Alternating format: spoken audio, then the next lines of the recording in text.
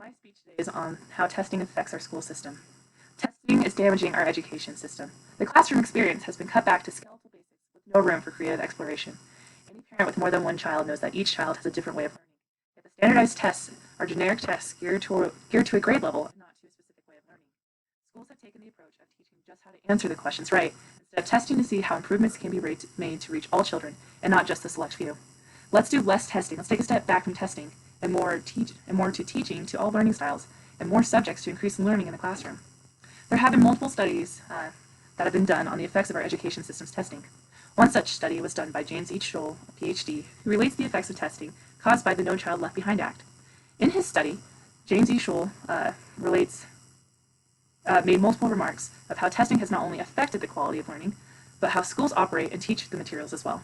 He makes this remark: as the annual progress of schools is judged by a single standardized test in reading and mathematics, the panic created by such a policy has had a snowball effect of emphasizing passing the test over the general quality of the school experience. The more emphasis placed on test scores, the less emphasis placed on the general school experience. Once tests have had such high stakes attached to them, instructional time is supplanted by test preparation, resulting in a shortened and weakened classroom experience. Close quote. James E. Scholl is not the only one to notice this heightened focus on test preparation, taking away from other academic learning.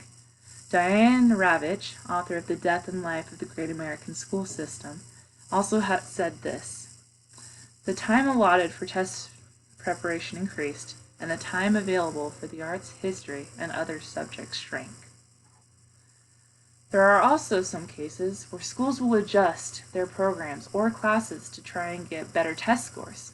It makes sense for the schools. After all, the higher their test scores are, the more funding that the school will receive. But there are also some cases where students are placed in special classes, not but because they need them, but because their scores are lower. And by placing these students with lower scores in these special classes, their scores are less likely to impact the school's overall scores. Instead of these tests providing more opportunities for learning, they're actually taking away our opportunities to learn. Because the focus is placed so highly on these courses these tests cover, only the basics are emphasized. I experienced this myself, actually, my last year of high school.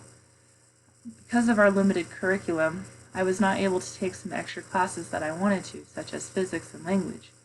My school in particular had a short school staff, and all the classes that I needed to take and wanted to take were all during the same 3 periods. So instead of being able to expand my interest into other topics or explore new things, I had to put my focus solely on my core classes that focuses on these tests. But there's more to this, more damage that testing causes than just a shortened curriculum as well. According to Diane Ravitch and Antonia Cortez, chairman of CommonCore.org, the nations that constantly outrank us on math and science examinations do not owe their success to concentrating solely or even mostly on those subjects, nor are they focusing relentlessly on skill subjects like reading and math as we do, short of any connection to history, science, or literature. They go on to say, these very diverse nations, Hong Kong is a territory, of course, ensure their students receive a deep education and a broad range of subjects. Why is that important? Because America is on the opposite track, and because cognitive scientists have consistently agreed that the high-performing nations are taking the approach that works. And for those of you that are curious of how well this approach works, this is a chart showing the rankings of all the different countries with their test scores. I've gone ahead and taken the opportunity to circle the United States. The top ranking countries, mostly Singapore, Hong Kong, and Japan, are up here, with the United States hovering strongly in the middle and some countries below. Time for test preparation is not the only thing taken away by schools for testing either. School's curriculum is greatly geared towards preparation, and not just in the classes they offer. James E. Scholl, PhD, says, according to the No Child Left Behind Act, ineffective teaching methods are among the chief reasons for the failure in schools. To thwart this diagnosis, The No Child Left Behind Act prescribed the use of scientifically based research, or also known as SBR, in teaching methods. This prescription is more than a suggestion. It implies a demand. In fact, the U.S. Department of Education's website asserts an explicit solution to the growing problem of poor academic performance in public schools. 2. Demand that an instructional practice be evidence-based and direct funding so that only the best ideas with proven results are introduced into the classroom.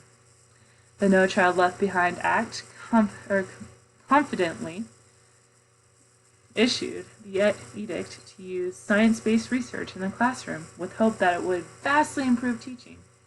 However, this confidence is without grounding, as this stands towards one preferred method of teaching, totally ignores the local inheritance from which teaching derives. As mentioned in the very beginning, students and children all learn differently. Some may be more visual learners, some may be more hands-on, but instead of being able to teach to a student's needs, the teachers are forced to follow a strict curriculum. Our focus on testing has truly taken away from the classroom experience.